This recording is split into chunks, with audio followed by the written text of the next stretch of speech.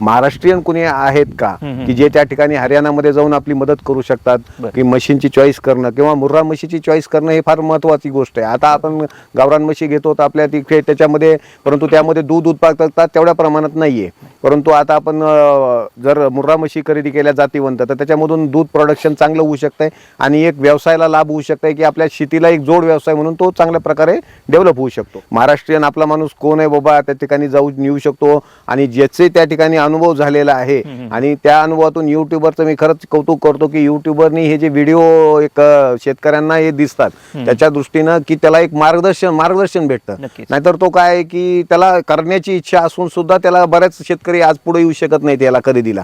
कशामुळे? कारण की विश्वास त्या हरियाणामध्ये कोण कुणावर दाखवणार हा प्रश्न येतो. थेट जाऊन खरेदी करणं शक्य नाही. हा, त्याच्यामध्ये थेट खरेदीला फार अडचण येते. मग त्यामुळे आपण काय की बघता मला युट्यूब मध्ये प्रमोट डेअरी फार्म ह्याच्यामध्ये इचलकरंजी हे दिसून आलं. मग सरांचं मी बघितला व्हिडिओ, डिटेल 2-3 व्हिडिओ बघितले. त्या ठिकाणी त्यांचं काम ऑब्झर्व केलं अविनाश सरांचं. म्हटलं यांचं खरंच काम डिवोशनल आहे आणि हे त्या जाऊन खरंच ते रिझल्ट आहे. कारण की त्यांनी जर तिथून लोड भरून आणत आहेत मशीनचा आणि विश्वासानं कर्नाटक राज्यापासून सुद्धा लोक घेत आहेत किंवा हैदराबादकडे सुद्धा खरेदी होत आहे तेलंगणामध्ये. तर आपणही आपल्या महाराष्ट्रीयन माणसावर विश्वास ठेवणं आवश्यक आहे. त्या दृष्टीनं मी सरांना कॉन्टॅक्ट केला. मग सरांनी एक पॉझिटिव्ह रिस्पॉन्स दिला. सर स्वतःच हरियाणाला माझे जे 2 माझे रिलेटिव्ह, एक मेवणीचा मुलगा आहे आणि एक मावस भावाचा मुलगा, ते दोघांनाही मी स्वतः समक्ष त्यांच्या सोबत पाठवलं. त्याच्यामध्ये त्यांनी त्या ठिकाणी पूर्णपणे 3 दिवस राहून मशीनची चॉईस केलेली आहे.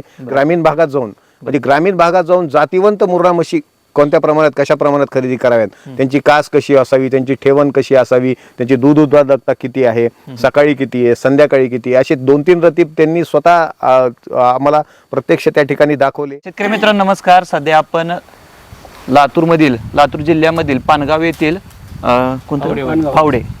फावडेवाडी या छोट्याशा गावामध्ये आलेलो आहे. तर शेतकरी मित्रांनो, 1-2 म्हशी खरेदी करणे आणि डायरेक्ट 11 म्हशी खरेदी करणे यामध्ये खूप फरक आहे. तर सध्याला या लातूरमधील शेतकऱ्यांनी एका वेळी हरियाणामधून 11 म्हशी खरेदी केल्या आहेत आणि या ज्या 11 म्हशी खरेदी केलेल्या आहेत तर प्रमोद बर्गे डेअरी फार्म यांच्या मार्गदर्शनाखाली केलेल्या आहेत आणि त्यांच्यावर दाखवलेला विश्वास आणि जो त्यांच्यात झालेला आहे व्यवहार, त्या सर्व गोष्टी आपण तो अनुभव थेट आपण शेतकऱ्याकडून जाणून घेणार आहोत की कशा प्रकारे त्यांचा हा अनुभव होता. आणि एवढ्या म्हशी एका वेळी खरेदी करणं तर ही खूप रिस्की आहे. तर त्यांनी ठेवलेला हा विश्वास आणि त्याच्या मागचा अनुभव असेल किंवा त्यांना आलेलं तिथं मार्गदर्शन केलेलं असेल त्याबद्दल सविस्तर माहिती आपण या शेतकऱ्याकडून जाणून घेऊया. नमस्कार. नमस्कार. तर तुमचा परिचय करून द्या.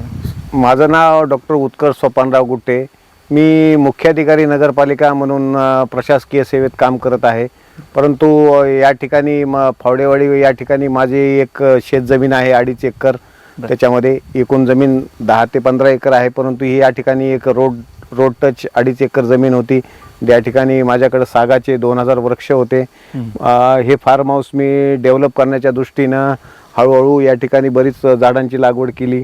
तदनंतर मला माझ्या मिसेसकडून असा सल्ला मिळाला की बाबा आपण या ठिकाणी दुग्ध व्यवसाय का करू नये त्याच्यामध्ये. मग दुग्ध व्यवसाय करण्यासाठी आपल्याला जातीवंत म्हशी आवश्यक असतात. त्याच्यामध्ये मग या जातीवंत म्हशी नेमक्या कुठं भेटतात तर हरियाणामध्ये. मग आता आपण महाराष्ट्राचे आहेत, आपण महाराष्ट्रातून आता हरियाणात आपल्याला एक अनोळखी राज्यात जाणं आणि त्या ठिकाणी आपल्याला त्या म्हैस जे आपण आता खरेदी करणार आहे त्या बाबतीत आपल्याला जो विश्वास आहे नेमक्या त्याच्यामध्ये हरियाणामध्ये आता मी बरेच युट्यूबच्या माध्यमातून बघत होतो. परंतु हरियाणातील ज्या डेअरी आहेत त्यांच्यावर काय माझा एवढा विश्वास बसला नाही सुरुवातीला. जोपर्यंत आपला कोणी महाराष्ट्रीयन विश्वासातला माणूस आपला माणूस म्हणून त्या ठिकाणी आपल्याला जर सहकार्य करत नसेल तर आपल्याला आपण ते खरेदी करायचं धाडस का करायचं ह्या दृष्टिकोनातून मी सर्वप्रथम मग युट्यूबवर महाराष्ट्रीयन कुणी आहेत का की जे त्या ठिकाणी हरियाणामध्ये जाऊन आपली मदत करू शकतात की मशीनची चॉईस करणं किंवा मुर्रा म्हशीची चॉईस करणं हे फार महत्त्वाची गोष्ट आहे. आता आपण गावरान म्हशी घेतो तर आपल्या तिथे त्याच्यामध्ये परंतु त्यामध्ये दूध उत्पादकता तेवढ्या प्रमाणात नाहीये.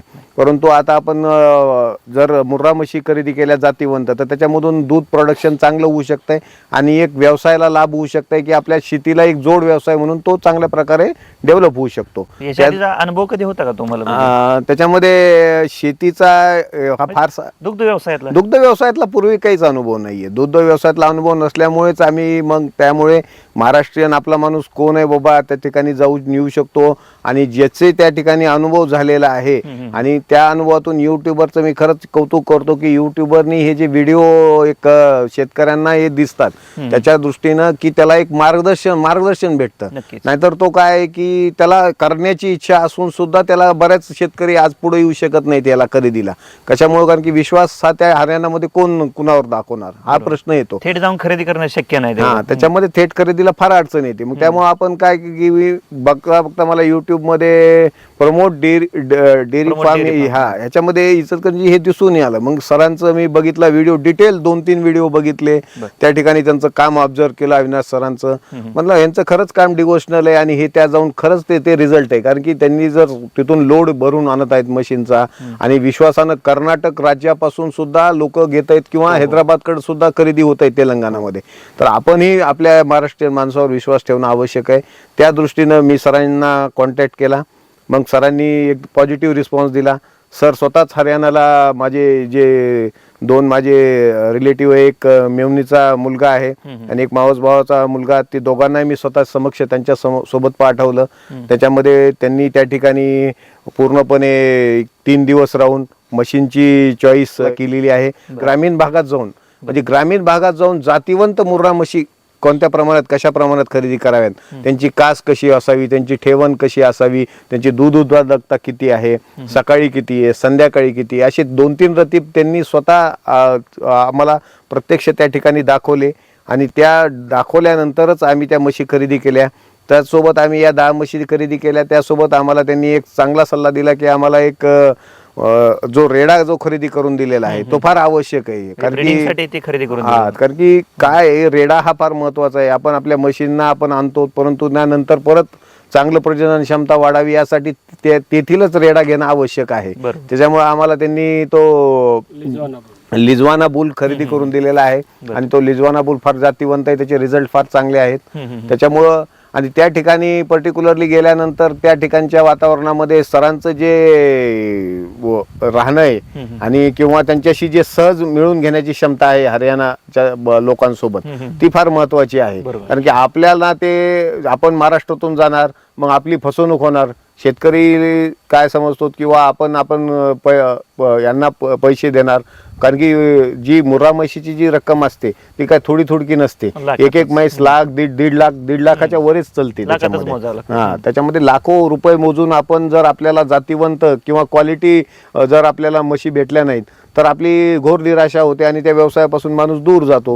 परंतु बर्गे सरांनी विश्वास दिला तो आणि निश्चितच आम्ही या म्हशी आणल्यात. आमच्याकडे या 13 नोव्हेंबर रोजी आल्या. 6 तारखेला तिथं हिस्सारून निघाल्या. त्या एक 7 दिवसाच्या प्रवासामध्ये 7व्या दिवशी त्या आमच्याकडे आल्या आणि या 7व्या दिवशी आता कालच 1 महिना झालेला आहे त्यांना.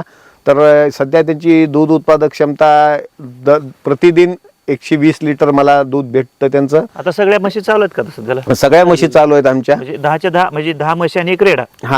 तुम्ही आणलेला 10 म्हशी पूर्णपणे चालू आहेत आमच्या आणि त्या म्हशी एकदम चांगला रिझल्ट देत आहेत आम्हाला. आणि आम्हाला त्याच्यामध्ये आता बर्गे सरांचं मार्गदर्शनही भेटत आहे. फोन कधीही केला तरी ते आमचा फोन उचलतात आणि आम्हाला मार्गदर्शन जे आवश्यक आहे. कारण की शेतकऱ्याला काय आहे की आपण आज जर इथं म्हणजे कोल्हापूरला फोन केला, तो शेतकरी 200, 300, 400 किलोमीटरवर असतो, 500 किलोमीटरवर. त्यांचा जर रिस्पॉन्स भेटला तर रिस्पॉन्स भेटल्यावर एक विश्वास राहतो की आपल्याला तो माल घेऊन दिलेला आहे आणि तो माल जातीवंत असल्यामुळे त्याला त्याची जोपासना कशी करावी, संगोपनामध्ये काय अडचणी येऊ शकतात. कारण की आपल्या म्हशी, गावरान म्हशी आणि मुर्रा म्हशींमध्ये जो डाएट आहे त्याच्यामध्ये फरक आहे. संगोपन थोडं वेगळं राहते. संगोपन वेगळं राहते. तर त्या गाईडलाईन्स भेटल्यामुळं एक पद्धतीने 120 लिटर दूध क्षमता डेली जर 10 म्हशींची असेल तर एकदम ही आम्हाला भविष्यातही आम्ही बर्गे सरांच्या साहाय्याने वृद्धिंगत करू असा आम्हाला विश्वास आहे. आणि कोणत्याही शेतकरी मित्रांना जर भविष्यात जर ह्याच्यामध्ये हरियाणात जाऊन कुठं म्हशी घ्यायच्या असतील तर आता आम्ही प्रशासकीय अधिकारी असून एक त्यांच्यावर इतका एवढा विश्वास ठेवला तर शेतकरी मित्रांनी निश्चितच विश्वास ठेवावा त्यांच्यावर.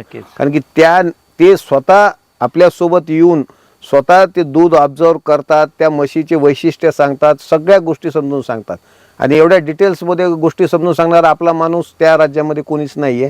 अशी माझी भावना आहे. त्याच्यामुळं बर्गे सरांचं काम हे एकदम एक नंबरचं आहे त्याच्यामध्ये. तुम्ही त्यांच्या फार्मवरती वगैरे गेला होता का बघायला का नाही? नाही, मी त्यांचा युट्यूबवरच फॉर्म बघितलेला YouTube आहे वरती. आणि निश्चितच आता माझं इलेक्शन संपलेलं आहे नगरपालिकेचं. बरोबर. आता पुढल्या महिन्यात मला त्यांच्या फार्मलाही व्हिजिट करायची आहे कोल्हापूरला. बरोबर. त्यावेळेस मी निश्चितच एक त्यांचं त्या ठिकाणी तो फॉर्म जे केलेला आहे तो अप्रिशिएट करण्यासारखा आहे त्यांचा. थेट तुम्ही ह्यांच्याशी फोनवरती संपर्क केला आणि त्यानंतर डायरेक्ट हरियाणाला जाऊन खरेदी केल्या. हरियाणाला. म्हणजे तो विश्वास दाखवलेला आहे, तो आता विश्वास त्यांचा कसा ठरलेला आहे नेमका? नाही नाही, एकदम योग्य ठरलेलं आहे आणि या विश्वासातून एक चांगला शेतकऱ्यांना जे आहे ते आपण ठीक आहे. आता मी 10 म्हशी घेतल्या, मनात कुणी भीती राहते कुणी थोडीशी. 5 घेईल, हा. कुणी 7 घेईल, कुणी 3 घेईल, कुणी 4, परंतु या मशीन जर बर्गे सरांच्या मार्फत जर तुम्ही घेतल्या तर त्यांचं जे मार्गदर्शन आहे, त्यांची जी निवड आहे आणि त्यांनी या व्यवसायात वृद्धिंगत झालेले आहेत, तसं आपल्यालाही ते वृद्धिंगत करतील या भावनेनं ते एकदम काम करतात. त्याच्यामुळे त्यांचं सहकार्य कधीही अप्रिशिएबल आहे त्याच्यामध्ये. आणि कधीही त्यांना फोन वगैरे केला तर तुम्हाला मार्गदर्शन वेळोवेळी वगैरे हो करतात. बिलकुल, कधीही वेळोवेळी करतात. म्हशीसोबत त्यांचं संगोपन करण्यासाठी म्हणजे रोजचं चाऱ्याचं नियोजन, पाणी वगैरे काय असेल तर त्यांनी भैया वगैरे त्यांनी तुम्हाला दिलेलं आहे का? हो, सगळ्यात महत्वाचं आहे की आता म्हशींचं आपण आणल्या, पण म्हशी हरियाणाहून आणल्यानंतर आपल्याकडे जे दूध काढणारे जे आपण समजा सालगडी वगैरे असतात ते काही 1-2 म्हशीचं काढलं तर थकून जातात. आता आमच्याकडे तर 10 म्हशी आहेत. मग ह्यांच्यासाठी मी सरांना विचारलं की बाबा भैया तर तुम्हीच द्यायला पाहिजे, कारण की भैया काय आहे की विश्वासू असणं महत्वाचं आहे त्याच्यामध्ये. आणि मला तर बर्गे सरांनी विथ फॅमिली भैया दिलाय, त्याच्यामुळे तर मी त्यांचे जास्त अजून म्हणजे जास्त प्रमाणात आभार मानीन त्याच्यामध्ये. बरोबर. कसं काम वगैरे म्हणजे गड्याचं नाही, भैयाचं काम चांगलं आहे. भैया होतकरू आहे, प्रामाणिक आहे, कष्टाळू आहे आणि बर्गे सरांचं मार्गदर्शन लाभत आहे. त्याच्यामुळे तो निश्चितच त्याच्यामध्ये रिझल्ट देईल आणि रिझल्ट देतच आहे सध्या तो. आणि कारण की काय हार्डवर्किंग कॅपॅसिटी भैया लोकांची फार आहे की 4 वाजता उठणं, तुम्ही त्या मशीनना पहिल्यांदा साफ करणं, नंतर त्यांना खुराक देणं, नंतर त्यांचे पिल्लांना दूध द्यायला लावणं, नंतर स्वतः दूध काढणं, ते भरणं, ते ठेवणं, परत नंतर गोट्याची साफसफाई परत हे झाल्यानंतर करणे, परत संध्याकाळी तोच शेड्यूल. म्हणजे एकदम टाइमला वेळेला महत्त्व आणि दिलेलं आहे. वेळेला फार महत्व असल्यामुळे या व्यवसायामध्ये एकच आहे की वेळेला फार महत्व आहे. तुम्ही जर वेळेला तो आहार दिला, वेळेला ते औषध पाणी केलं मशीनना, तर सगळ्यात महत्वाचं किंवा ती म्हैस तुम्हाला एकदम चांगला रिझल्ट देते. वेळेवर धार काढली किंवा वेळेचं टाइम मॅनेजमेंट खूप महत्वाचं आहे. टाइम मॅनेजमेंट फार महत्वाचं आहे याच्यामध्ये. तर चाऱ्याचं वगैरे कसं नियोजन आहे? चाऱ्याचं नियोजन सर्वप्रथम मी आता ज्या म्हशी घेण्याच्या अगोदर काय केलं की आमचा जो कडबा आहे तो कडबा मी एक 7-8 हजाराच्या आसपास कलेक्ट करून ठेवला होता. त्याचबरोबर माझ्याकडे जो 6 गायीचं जे माझी शेती आहे त्याच्यामध्ये मी 1-1.5 एकर मध्ये ज्वारी लावली होती. परत 1 एकर मध्ये घास लावून ठेवलेला आहे. त्याच्यामुळे तो जो घास आहे हिरवा चारा, आणि आता मी प्लस मध्ये काय केलंय की अर्धा एकर ऊस आहे, तो अर्धा एकर ऊस सेपरेट त्या मशीन साठी ठेवलेला आहे त्याच्यामध्ये. त्यासोबतच आता आपण त्यांना सरकी पेंट देत आहेत, हरभरा चुनी आहे त्याच्यामध्ये आपण त्यांना तेल आहे ते मोहरीचं तेल आपण त्यांना देतो त्याच्यामध्ये. परत आपण गुळ आणून ठेवलेला आहे, जो गुराळाचा आहे, विदाऊट केमिकलचा गुळ आणलेला आहे त्याच्यामध्ये. सेंद्रिय खतावर जोपासलेला गुळ आणलेला आहे त्यांना आपण त्याच्यामध्ये. आणि त्यासोबतच आपण ऍडजस्टमेंट मध्ये कॅल्शियमचे त्यांना हे करतो, डोस देतो त्याच्यामध्ये. कॅल्शियम लिक्विड मध्ये त्यांना आपण देतो त्याच्यामध्ये. परत मका चुनी आहे, सोयाबीन चुनी आपल्याकडे आहे, आणि आपण जे चोकर म्हणतात ते सुद्धा आपण मागवलेलं आहे त्याच्यामध्ये. आता तुम्ही त्यावेळेस म्हणजे हरियाणामध्ये जाऊन ज्यावेळेस म्हशी खरेदी सिलेक्ट करायला चालू होत्या आणि त्यावेळेस दुधाची कॅपॅसिटी सांगितली होती, आणि इथं आल्यानंतर तेवढं आहे का दूध सध्याला? नाही, आहे तसं दूध आहे त्या मशीनचं. आणि त्या मशीन निश्चितच ज्या म्हशी आहेत त्या रिझल्ट चांगले देतात. आणि हरियाणामधूनच तुम्ही बर्गे सरांच्या सहकार्यानेच त्या म्हशी घ्याव्यात असं मला. सुरुवातीला थोडं सेट व्हायला 1 आठवडा जातो त्यामध्ये, कारण की काय त्या म्हशी जेव्हा लोड होतात त्यावेळेस त्या प्रवासात तिकडे आणल्या जातात. त्याच्यामध्ये कोणी आपण माणसाचं जरी बघितलं तरी बा एखाद्या भागातून दुसऱ्या राज्यात त्याला यायला थोडं दिवस तिथं त्या परिस्थितीशी जुळून घ्यायला लागतात. तसं महिना 15 दिवस देणं आवश्यक असतं. पण या मशीनचा खरंच रिझल्ट चांगला आहे. या म्हशी येतात, आपल्याकडील तिकडं तर फक्त ते गव्हाचा भरडा खातात, पण आपल्याकडं हे सगळं खाद्य खायला लागतात त्याच्यामध्ये. म्हशी सगळ्या सिलेक्ट केल्या आणि ज्या वेळेस आपण गाडीमध्ये लोड करतो तिथून ती प्रोसेस वगैरे कशी राहते तिथं? आता या आमच्या म्हशी या 4 तारखेला माझे जे गेले होते बघायला म्हशी त्या ठिकाणी, त्यांनी घेतल्या म्हशी बर्गे सरांनी सहकार्यानं 4, 5, 6 हे 3 दिवस त्या ठिकाणी राहिले हरियाणामध्ये हिसारला. आणि त्या ठिकाणी त्यांनी विविध ठिकाणी फिरून ज्या म्हशी निवडल्या त्या म्हशी 10 म्हशी होत्या आणि एक रेडा होता त्याच्यामध्ये. तर ह्या म्हशी जेव्हा त्या 6 तारखेला तिथून लोड केल्या एका ट्रकमध्ये, तेव्हा त्या ट्रकमध्ये लोड केलेला असताना त्या ठिकाणी बर्गे सरांचं एक वैशिष्ट्य आहे की बर्गे सर कोणीही अविश्वासू किंवा अजाणता असा माणूस देत नाहीत. जो अनुभवी आहे म्हणजे असे अनुभवी असलेले 2 वर्कर देतात, जे मेहनती असतील, कष्टाळू असतील. त्या मशीन सोबत येणारे जे पिल्ल आहेत ते सुद्धा त्यांनी येताना सांभाळून आणले. हे वैशिष्ट्यपूर्ण. म्हणजे जवळपास माझ्या फार्म हाऊस पर्यंतचा आणि हिसार पर्यंतचा प्रवास 1550 किलोमीटरचा प्रवास त्यांनी 6 दिवसात पार केला. पण इथं आल्यावर अशा म्हशी वाटल्या नाहीत किंवा त्यांनी फार काही प्रवास केला. पण आणि नंतर ते जे 2 भैया त्यांनी सोबत पाठवले होते त्यांनी फार अनुभवानं त्यांना 8 दिवसामध्ये सेट केलं. योग्य औषधोपचार, आहारावर इकडल्या कसं डाएटवर आणणे, त्यांचे या वातावरणाशी जुळवून घेण्यासाठी काय काय करावं आहे याचे मार्गदर्शन आम्हाला केलं आहे.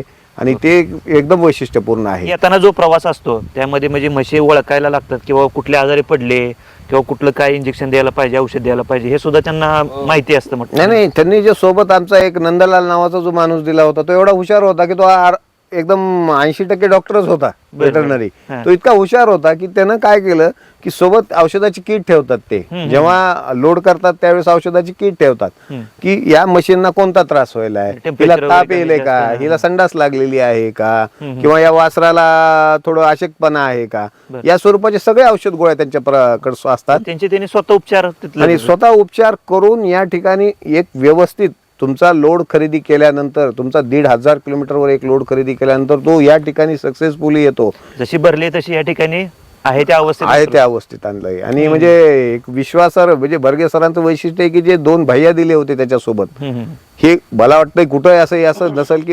एवढे हुशार होते. आजही आता ते 2 वापस गेलेत 8 दिवसानंतर, 8-10 दिवसानंतर. परंतु त्यांची सेट केल्यानंतर त्यांची जबाबदारी झालेली आहे, काम झालेलं आहे. परंतु आजही आम्हाला वाटतं की बाबा की ते फारच मार्गदर्शक होते एकदम. म्हणजे माणसांची निवड एकदम परफेक्ट आहे. ते सुरुवात करायला एकदम. कारण की सुरुवातीला त्या म्हशी आल्यानंतर आपल्याला समजत नाही, एखाद दिवस ते बैस समजा खाणार नाही, तर आपण तिला कसं आणायचं रेग्युलर डाएट. तिथल्या जे म्हशी असतात तिथल्या वातावरणात राहिलेल्या असतात, त्यातला चारा आपल्याला माहिती नसतं त्यांचं कसं नियोजन आहे, त्याच्यामुळे बरोबर कधी टायमिंगला टाकायचं किंवा कुठली खाते कुठली नाही खात आपण लक्ष देत नाही. म्हणजे आपल्या भागामध्ये कसं आहे, लक्ष देत नाही आपण कुठली खाते, बाबा कमी चारा खाल्लाय किंवा जास्त खाल्लाय हे आपल्याला समजत नाही. म्हणजे त्या जे त्यांनी भैया पाठवले सोबत ते बघतात, ते सेट करून त्या वातावरणामध्ये मॅचिंग करतात. हो, त्यांनी सेट केलं त्याच्यामध्ये. बिलकुल. शेतकरी मित्रांनो, या जे 11 म्हशी खरेदी केल्या आहेत म्हणजे त्यामध्ये 10 म्हशी आणि एक रेडा जो सिलेक्ट केलेला आहे, ते सिलेक्ट करण्यासाठी इथून लातूरहून हरियाणाला गेलेले जे शेतकरी होते ते यांचे रिलेटिव्हच आहेत. तर यांनी सर्व त्या म्हशी सिलेक्ट केलेल्या आहेत. एक म्हैस त्यांनी जाऊन बघितलेल्या आहे, किती वेताच्या आहेत, कशा आहेत, काय, या सर्व गोष्टी आपण यांच्याकडून जाणून घेऊया. नमस्कार. नमस्कार. तर तुमचा परिचय द्या. माझं नाव तुकाराम शिरसाट आहे. मी साहेबांच्या म्हशी घेण्यासाठी बर्गे सरांसोबत पुण्यावरून आम्ही गेलो विमानाने. बरोबर. विमानाने दिल्लीला पोहोचलो आणि दिल्लीवरून आम्ही हरियाणाला गेलो. तिथं गेल्याच्या नंतर इथून जाण्यापासून आम्हाला सरांनी इतकं मार्गदर्शन केलं तिथं की कसं जायचं काय नाही, परत इकडे जाऊ दिलं नाही. रस्ते सरांना सगळी माहिती आहेत ना, त्याच्यामुळं तिथं गेल्याच्या नंतर आमची राहण्याची तिथं खाण्याची व्यवस्था सगळी केली. तिथं गेल्याच्या नंतर आम्ही सकाळी गेलो. सरांनी स्वतःच तिथं गाडी घेतली. तिथली आम्ही स्वतः प्रत्येक फार्म हाऊसला जायचं की तिथं प्रत्येक म्हैस बघा, म्हणजे शेतकऱ्याकडे आम्ही जायचं. जवळपास आम्ही 100 म्हशी पाहिल्या. म्हणजे सर असा फोर्स करीत नाही की तुम्ही हीच म्हैस घ्या, तुम्हाला आवडते का ही म्हैस घ्या, ही पहा, हे दूध चांगलं देईल. आणि सर स्वतः सकाळी आणि संध्याकाळी दूध काढून बघायचे किंवा म्हणजे एखाद्या वेळेस शेतकरी आपली फसवणूक करू शकतो. त्यामुळे मग आम्ही संध्याकाळी गेलो, तिथं दूध काढून पाहिलं की लगेच 12 तासांनी त्याच म्हशीचं दूध काढून बघायचं तितकं देते का. म्हणजे तुम्हाला जी पसंत पडली तरच घ्या. 3 वेळेस 4 वेळेस दूध काढा, तुम्ही स्वतः अनुभव घ्या. आणि रेट मध्ये बी सरांनी एकदम व्यवस्थित बसून दिले. म्हणजे आवडावे जे रेट सांगतात तर सरांना तिथली भाषा पूर्ण माहिती आहे, तिथले लोक पण माहिती आहे, मागील खूप वर्षाचा अनुभव त्यांचा खूप मोठा आहे. पण खूप आहेत. त्याच्यामुळे त्यांनी तुम्हाला जर पटली तरच म्हैस घ्या, नाहीतर अन्यथा घेऊ नका, असं सरांचा एक्सपिरियन्स तिथला मोठा आहे. आणि ज्या म्हशी तुम्ही खरेदी केल्या ज्या प्रत्येक म्हशीचं तुम्ही दूध चेक करून घेतलेलं आहे. म्हणजे 4 वेळेस. बर प्रत्येक सकाळ हा म्हशी सकाळी जायचं, त्याच्यानंतर बरोबर 12 तासांनी जायचं, बर रात्री 12 तासाच्या नंतर पुन्हा सकाळी जायचं, जी पुन्हा संध्याकाळी. म्हैस तुम्हाला पसंत पडली तिचे आता धार काढली म्हणजे संध्याकाळी हा. टाइम तर सकाळी उठून तुम्ही ती म्हैस म्हणजे दूध किती देते बघायला जात होता. ती म्हैस तेवढं दूध घेतली तरच आम्ही चॉईस केली. बर बर सरांनी सांगितलं की दूध जर नसेल मग अशा काही नाही होतं ना, आपण जिथं आपण आता त्याच्याकडे गेलो आपण पहिली म्हैस घ्यायला, त्यावेळेस त्या म्हशीनं दूध दिलं संध्याकाळी 4.5-5 लिटर दिलं आणि सकाळी 3.5 दिलं, ते आम्ही म्हैस कॅन्सल करून टाकली. सर म्हणले आम्हाला नको ही म्हैस तुमची, बर बर बर आणि मग दुसऱ्या गोठ्याकडे घेऊन गेले. म्हणजे असं जर तुम्हाला वाटलं तरच घ्या, बरोबर. असे म्हणजे असं फोर्स पसंत करत पडले नाही तरच घ्या. हा, नाहीतर मग असं असं सर करत नाहीत की घेऊ नका बुवा असं. 100 म्हशीतून तुम्ही या 10 म्हशी सिलेक्ट 100 म्हशीमधून 10 म्हशी चॉईस केल्या आणि 10 बुल मधून 1 बुल चॉईस बरोबर. आणि त्याच्या आईचं दूध जवळपास 23 लिटर आहे त्याच्या आईचं, आणि हरियाणा सरकारचं बक्षीस घेऊन आले बर बर बर बर त्याची आई. बर बर तिचा तो आम्ही बुल घेऊन आलो. म्हणजे आता त्याची वंशावळ वाढवायची म्हणजे ब्रीडिंग हा, मग आता आम्ही काय करणार, इथं ब्रीड वर काम करणार. बर बर तिकडच्या जेव्हा आम्ही म्हशी आणल्या त्या म्हशीची इथं उत्पादन क्षमता, आम्ही बुल पण आणला ना, बरोबर. मग आता आम्ही हरियाणा सारखं इथं पण ब्रीड वर काम करणार आणि आणखी दुसऱ्या 10 वेळ ज्या म्हशी आणणार तर आम्ही इथंच ब्रीड तयार करणार त्याचं. बरं आता ज्या म्हशी तुम्ही खरेदी केल्यात किती वेताच्या म्हशी आहेत साधारण? सगळ्या दुसऱ्या व्याताच्या म्हशी आहेत त्या सगळ्या. आम्ही एक सुद्धा अशी म्हणजे म्हातारी वगैरे म्हैस घेतली नाही. त्याच्यात तर 3 म्हशी अशा आहेत की ज्या पहिल्याच व्याताच्या आहेत. बरं बरं पहिले व्याताची घ्यायची म्हणलं थोडस रिस्की म्हणजे रिस्की वाटतंय, पण सरांचा अनुभव तसा आहे ना, बर्गे सरांचा अनुभव किंवा म्हैस चालण्यावर म्हैस सोडल्यानंतर म्हैस पुढे गेली की तिची काशाची क्षमता आहे दोन्ही पायाच्या मधली, तिची थनाची क्षमता आहे, ती सगळं सरांनी मग ही म्हैस घ्या पहिल्या वेतानं, आणि ती म्हैस घेतल्याच्या नंतर तिचा रिझल्ट चांगला आहे. पहिल्या वेताची म्हैस आहे ती किती लिटर दूध देते? 6 लिटर दूध देते पहिल्या वेताची एका टायमाला. बरोबर. आता ती दुसऱ्या वेताने ज्यावेळेस जाईल ती 15-16 लिटर पर्यंत आरामात दूध आरामात वाढणार. म्हणजे आपण कसं तिला सांभाळ करतोय किंवा कसं संगोपन करतोय त्यावर पण आहे. चारा आपण कुठल्या पद्धतीचा टाकतोय, कारण बऱ्याच शेतकऱ्यांचं काय होतं चाऱ्याचं मॅनेजमेंट हुकतंय त्यामुळे दुधाची क्षमता कमी येते, म्हणजे क्वालिटी दूध कमी येते. आता हे म्हैस म्हणल्याच्या नंतर चारा आला, बरोबर, वातावरण आलं, त्यांची निगा आली, पशुखाद्य वगैरे सगळं आम्ही घेतलं आहे. आणि दररोज सरांना डिटेल्स असते की सर आज काय द्यायला म्हशीला द्यायला पाहिजे, उद्या काय द्यायला पाहिजे. त्यांच्या सांगण्यावरून आमच्या जवळ आता नवीन शेड झाल्याच्या नंतर म्हशी थोडं कमी दूध द्यायला, प्रवासादरम्यान थोडं त्यांना त्रास होतोय. इथं आल्याच्या नंतर सरांनी सांगितल्यापासून जवळपास 20 लिटरचा फरक दुधामध्ये जाणवला. म्हणजे डाएटचा पण यांच्याकडे सरांकडे प्लॅन आहे. म्हशीला कोणत्या म्हशीला कोणतं डाएट द्यायचं, जर एखादी म्हैस दूध कमी देत असेल तर तिला वेगळं डाएट द्या.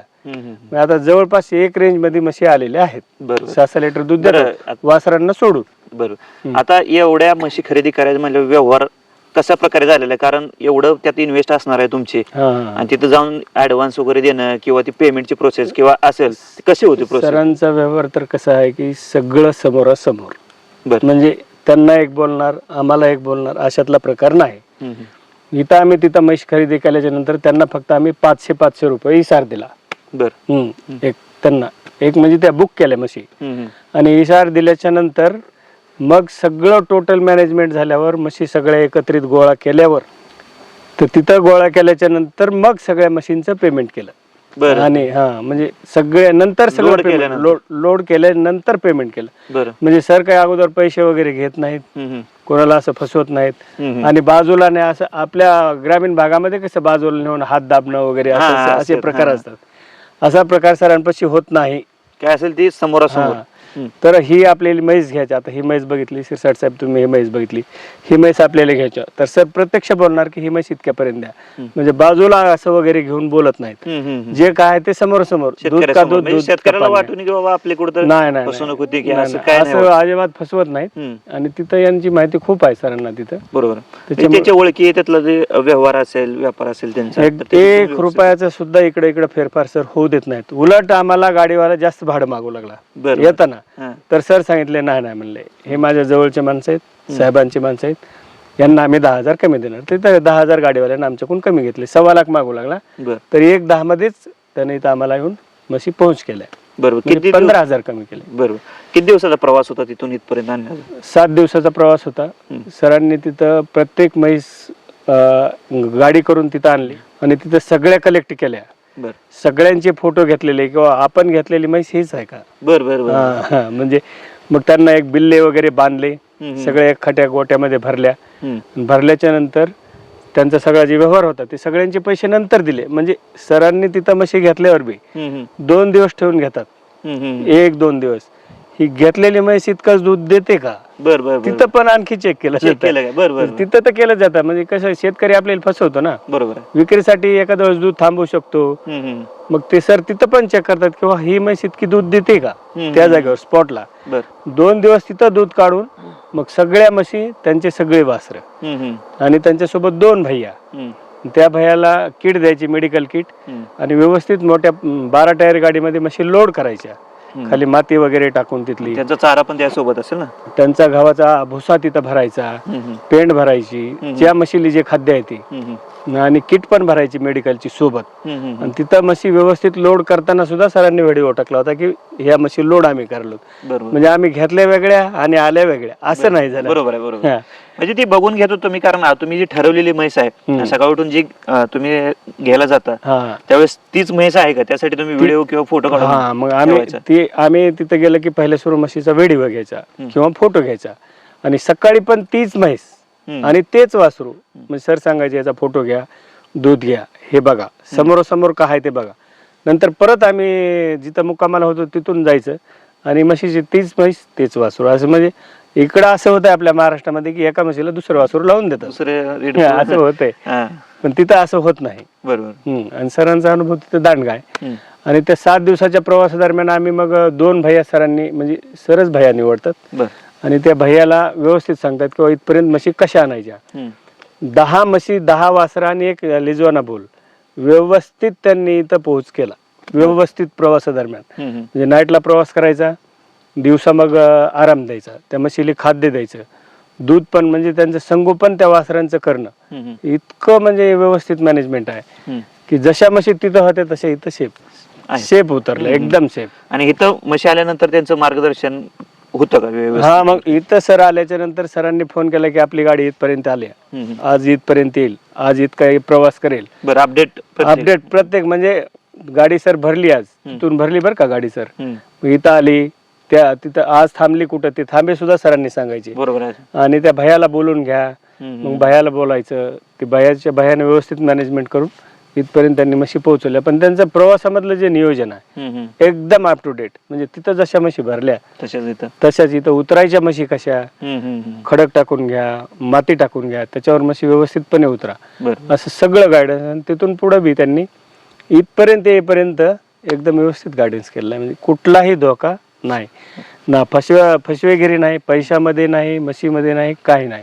आणि ओरिजिनल जे ब्रीड आहे हरियाणाचं ते सरांना चॉईस आहे त्याची. बरोबर. ते आपण पण ओळखू शकत नाही.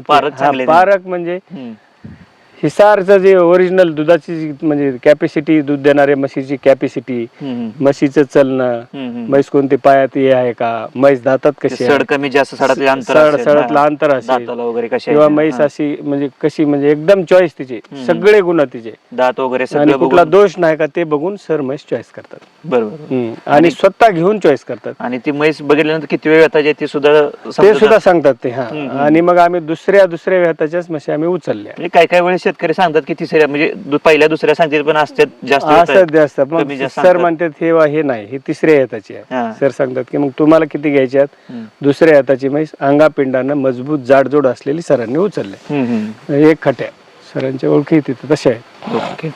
तर आपल्या शेतकरी बांधवांना काय सल्ला द्याल, कारण आपण थेट जाऊन हरियाणाला खरेदी करणे आणि एखाद्याच्या मार्गदर्शनाखाली जाऊन आपण खरेदी करणे यामधला काय फरक राहतो, आणि तुम्हाला आलेला अनुभव प्रमोद बोरगे डेअरी फार्म यांच्या मार्गदर्शनाखाली ज्या तुम्ही खरेदी केलेल्या आहेत तो तुमचा एक्सपिरियन्स असेल, आपल्या शेतकरी बांधवांना काय सांगाल तुम्ही? शेतकरी बांधवांना मी एकच सांगेल की ज्यांना कोणाला दुधाचा व्यवसाय करायचा आहे, आता सध्या महाराष्ट्रातले तरुण तर व्यवसाय सोडून नोकरीच्या मागे लागलेत. बरोबर. त्यांचा आदर्श आई वडील नाहीत, हिरो नाहीत. एक त्याच्यामुळं ज्यांना कोणाला मार्गदर्शन करायचं, दुसऱ्याच्या घरी नोकरी करण्यापेक्षा आता तरुणांनी स्वतः ह्या व्यवसायामध्ये उतरावं आणि सरांचं गायडन्स घ्यावं, बर्गे सरांचं, की सरांचा एवढा अनुभव पक्का आहे त्यामध्ये, आणि त्यांनी ते स्वतः म्हणजे असं स्ट्रगल केलंय.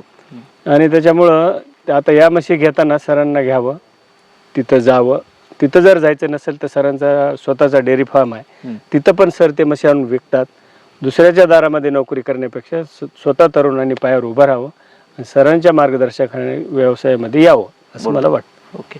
धन्यवाद, तुम्ही तुमचा एवढा मौल्यवान वेळ आणि माहिती दिल्याबद्दल खूप खूप आभारी आहे. थँक्यू. तर शेतकरी मित्रांनो, हे पण शेतकरी हरियाणाला गेले होते या म्हशी खरेदी करण्यासाठी, सिलेक्ट करण्यासाठी. तर यांचा पण अनुभव कसा होता आपण ते जाणून घेऊया. नमस्कार, नमस्कार. तुमचा परिचय द्या. माझं नाव अनंत गुट्टे. तुम्ही प्रॉपर इथलेच म्हणजे? हा, मी म्हणजे आमचं हे बीड जिल्हा आहे. मी साहेबांनी सांगितल्यानंतर आम्ही दोघं जण गेलतो हरियाणाला. बरोबर. इथून आम्ही पुण्याला गेलो.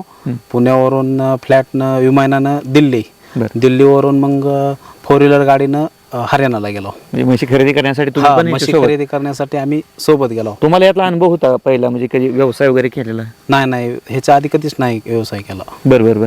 कसा होता अनुभव त्यातला? तिथल्या म्हशी कशा वाटल्या तुम्हाला? आणि आपल्या महाराष्ट्रातल्या ज्या मोरा जातीच्या म्हशी आहेत आणि तिथल्या आहेत, कसा फरक होता तुम्हाला? काय नाही, तिथल्या म्हशी आणि इथल्या म्हशीमध्ये खूप डिफरन्स आहे. कारण तिथल्या जे म्हशी आहेत ना, ते जातीवंत मोरा म्हशी आहेत. आपल्या इकडे तशी म्हैस भेटत नाही. बरं. काही म्हशी असतात ते असं आपल्या एकदम म्हणजे गावडाळी म्हशी असतात. म्हणजे जास्त दुधाची पण कॅपॅसिटी एवढी नसते हा, त्यांची. एवढी दुधाची कॅपॅसिटी नसते. तिकडं आम्ही गेल्यानंतर सरांसोबत तिथं 3 दिवस राहण्यात आला आम्हाला. 3 दिवस राहिल्यानंतर आम्ही मग बर्गे सर, आम्ही 4 जण आम्ही तिथं म्हणजे कमीत कमी पूर्ण 50-1 किलोमीटरचा पूर्ण एरिया फिरला. बरोबर. किती गोट्यावरती किंवा किती शेतकऱ्यांपाशी तुम्ही गेला होता? आम्ही तिथं कमीत कमी एक 15-16 गोट्यावर गेलो.